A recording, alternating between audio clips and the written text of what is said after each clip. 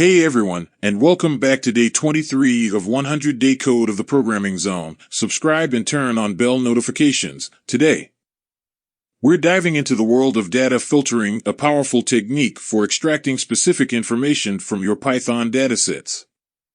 We'll explore various ways to sift through your data like a digital detective, uncovering hidden insights and focusing only on what matters most. So, grab your detective hats and prepare to filter with finesse. Different types of filtering: Boolean indexing, using logical operators like or equals to select data based on conditions. Lock and iLock, powerful indexing tools for selecting specific rows and columns by labels or positions. Query, filtering data using a string query like a mini-SQL statement. ISIN and NADNA, selecting values based on their presence or absence in a list or whether they are missing values. Practical example 1, filtering by age. Import pandas as PD. Data equals name, age. df equals PD data frame. Hashtag filter for people older than 30. Print filter df. Explanation. We create a data frame with names and ages.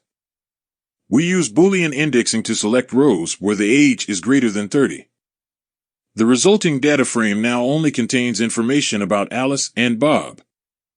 Practical example 2, filtering by name. Hashtag filter for name starting with A. Filter df equals df name.str starts with A.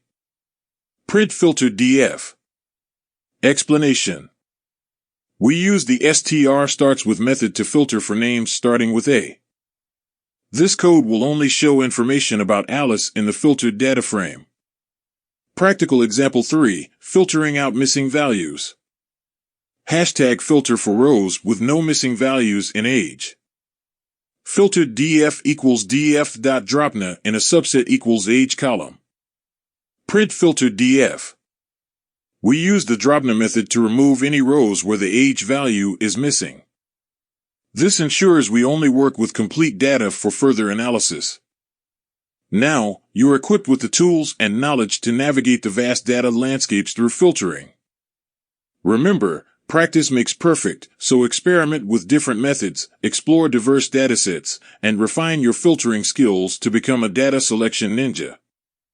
So, go forth, filter with confidence, and unlock the hidden potential within your Python data.